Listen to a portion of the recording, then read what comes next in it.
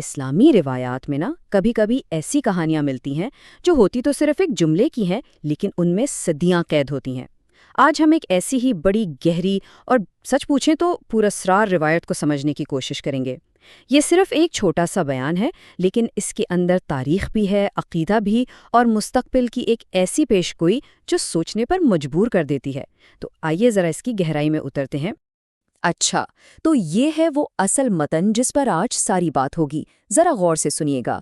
طاؤس نے حضرت عبداللہ بن عمرو بن عاص رضی اللہ عنہما سے روایت کی، کہا سمندر میں بہت سے شیطان قید ہیں جنہیں حضرت سلیمان علیہ السلام نے باندھا تھا۔ وقت آ رہا ہے کہ وہ نکلیں گے اور لوگوں کے سامنے قرآن پڑھیں گے۔ بس صرف ایک جملہ، اور آپ دیکھیں گے کہ ہماری ساری گفتگو اسی ایک جملے کے گرد گھومے گی۔ اب دیکھیں، جب بھی کوئی اتنی پرانی، اتنی گہری بات سامنے آتی ہے نا، تو سب سے پہلا سوال ذہن میں یہی آتا ہے کہ بھئی یہ بات ہم تک پہنچی کیسے؟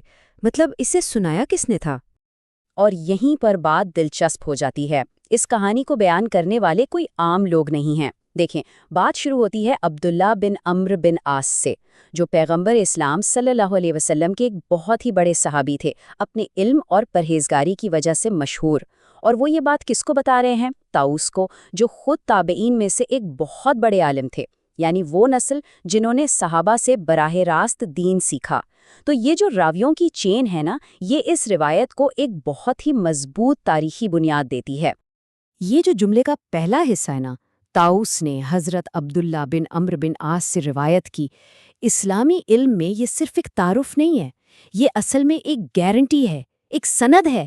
یہ ہمیں بتاتا ہے کہ یہ معلومات کہاں سے آ رہی ہیں اور اس کا سورس کتنا قابل اعتبار ہے۔ اور آپ دیکھیں، یہ چیز اصل متن میں بالکل صاف نظر آتی ہے۔ کہانی کی شروعات ہی راویوں کے نام سے ہو رہی ہے۔ اس سے پتہ چلتا ہے کہ اسلامی روایت میں اس بات کو کتنی اہمیت دی جاتی ہے کہ بھئی بات کس نے کس سے سنی، یہ سب سے اہم سوال ہوتا ہے۔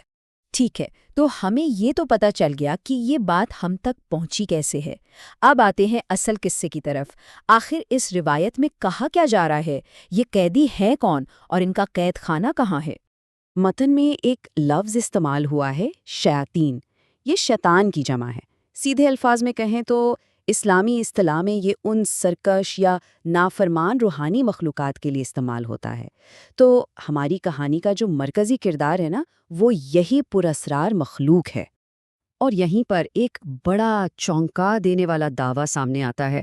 کہا یہ جا رہا ہے کہ بہت سے شیاطین قید میں ہیں، اور ان کی جیل کہاں ہے؟ کوئی عام قید خانہ نہیں بلکہ سمندر کی گہرائیاں۔ ذرا سوچیں، یہ کیسی وسیع، پراسرار اور چھپی ہوئی دنیا کا تصور ہے جس کے بارے میں ہم شاید کچھ بھی نہیں جانتے۔ اور ایک بار پھر ذرا غور کیجئے، یہ الفاظ بالکل سیدھے ماخذ سے ہیں۔ متن میں صاف صاف لکھا ہے بہت سے شیطان قید ہیں۔ اس میں کوئی اگر مگر نہیں ہے، کوئی ابہام نہیں، بالکل سیدھا اور واضح بیان۔ اچھا، تو یہاں ایک اور سوال کھڑا ہوتا ہے۔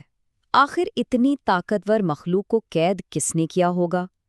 روایت ہمیں اس کا جواب بھی دیتی ہے اور ہمیں تاریخ کی ایک بہت ہی مشہور اور طاقتور شخصیت کی طرف لے جاتی ہے۔ جی ہاں، حضرت سلیمان علیہ السلام، وہ نبی جن کو اللہ نے صرف انسانوں پر ہی نہیں بلکہ جنات، ہوا، یہاں تک کہ جانوروں پر بھی ایک ایسی حکومت دی تھی جس کی کوئی مثال نہیں ملتی۔ تو یہ بیان اصل میں ان کی اسی غیر معمولی طاقت کی طرف ایک اشارہ ہے۔ اور پھر سے متن کو دیکھیں تو یہ بات بالکل واضح ہے۔ یہ جو بڑا کام ہے، اسے براہ راست حضرت سلیمان علیہ السلام سے جوڑا گیا ہے، جس کی وجہ سے اس پوری کہانی میں ایک معجزے والا پہلو بھی شامل ہو جاتا ہے۔ اب تک ہم نے جو بھی بات کی وہ ماضی کے بارے میں تھی، ایک پرانی قید کی کہانی، لیکن اب روایت کا آخری حصہ ہمیں سیدھا مستقبل میں لے جاتا ہے اور ایک ایسی پیشن گوئی کرتا ہے جو صرف حیران کن ہی نہیں بلکہ بہت گہری بھی ہے۔ سچ پوچھے تو یہاں سے بات واقعی بہت عجیب ہو جاتی ہے۔ یہاں کہانی ایک زبردست موڑ لیتی ہے۔ ایک طرف وہ مخلوق ہے جو ابھی سمندر میں قید ہے، دوسری طرف پیشین گوئی یہ ہے کہ مستقبل میں وہ آزاد ہوگی۔ لیکن اصل حیرانی کی بات ان کا قید سے نکلنا بھی نہیں ہے۔ اصل حیرانی کی بات تو یہ ہے کہ وہ نکل کر کریں گے کیا؟ کچھ ایسا جس کا کوئی تصور بھی نہیں کر سکتا۔ اور یہ ہے اس پوری روایت کا سب سے چونکا دینے والا حصہ۔ وقت آ رہا ہے کہ وہ نکلیں گے اور لوگوں کے سامنے قرآن پڑھیں گے۔ ذرا سوچئے تو، شیاطین جنہیں ہم بغاوت اور گمراہی کی نشانی سمجھتے ہیں، وہ باہر آئیں گے اور لوگوں کو قرآن سنائیں گے۔ یہ ایک ایسا تضاد ہے، ایک ایسی الٹی بات ہے کہ ذہن میں بس سوال ہی سوال اٹھنے لگتے ہیں۔ اور بس اسی حیران کن پیشن گوئی پر یہ متن ختم ہو جاتا ہے۔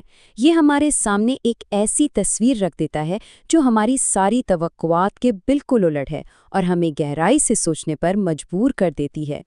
تو دیکھیں، ایک چھوٹے سے جملے میں ہمیں کیا کچھ ملا؟ ایک تاریخی سند، ایک پرانی قید کی داستان اور مستقبل کی ایک ناقابل یقین پیشین گوئی۔ یہ روایت ہمیں ایک بہت بڑے سوال کے ساتھ چھوڑ جاتی ہے۔ آخر شیاطین کے قرآن پڑھنے کا مطلب کیا ہو سکتا ہے؟ کیا یہ آخری زمانے کا کوئی بہت بڑا فتنہ یا دھوکہ ہوگا جب صحیح اور غلط میں فرق کرنا ہی مشکل ہو جائے گا؟ یا کیا یہ توبہ کی کوئی ایسی قسم ہے جسے ہمارا ذہن سمجھ ہی نہیں سکتا؟ یہ وہ سوال ہے جس پر غور کرنے کے لیے یہ قدیم روایت ہمیں دعوت دیتی ہے۔